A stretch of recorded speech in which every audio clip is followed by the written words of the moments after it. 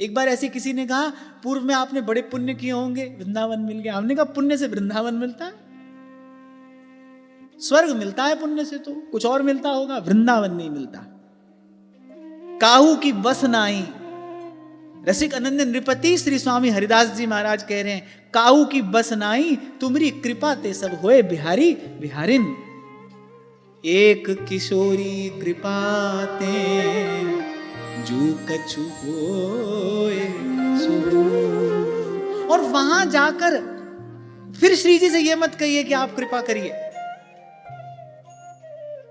वहां जाकर फिर ये मत कहिए आप कृपा करिए।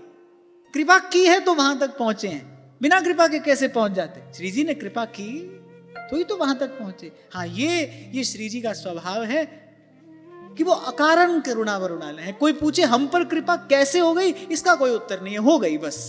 ये श्री जी की अकारण कृपा है। तो थोड़ी देर के लिए भी आपको वहां जाने का, आपको वहां रहने का अवसर मिले, तो बस इसी विधि, इसी भाव से वृंदावन का सेवन हो। भाव भूमि है।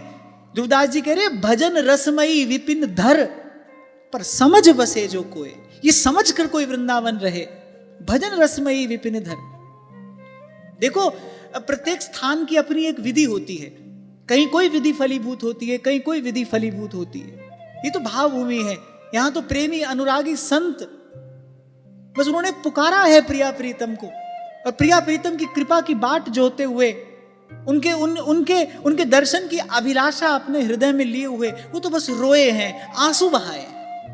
अरे एक प्रेमी का भजन तो यही होता है भाई, अश्रु ही उसका धन है, श्वासों की माला है, और बस उसका जो अश्रु है ना, वही उसकी संचित संपत्ति है, वही उसका धन है। जितने अश्रु बहा दिए प्रियतम के लिए, वही उसका धन है, वही उसकी संपत्ति है।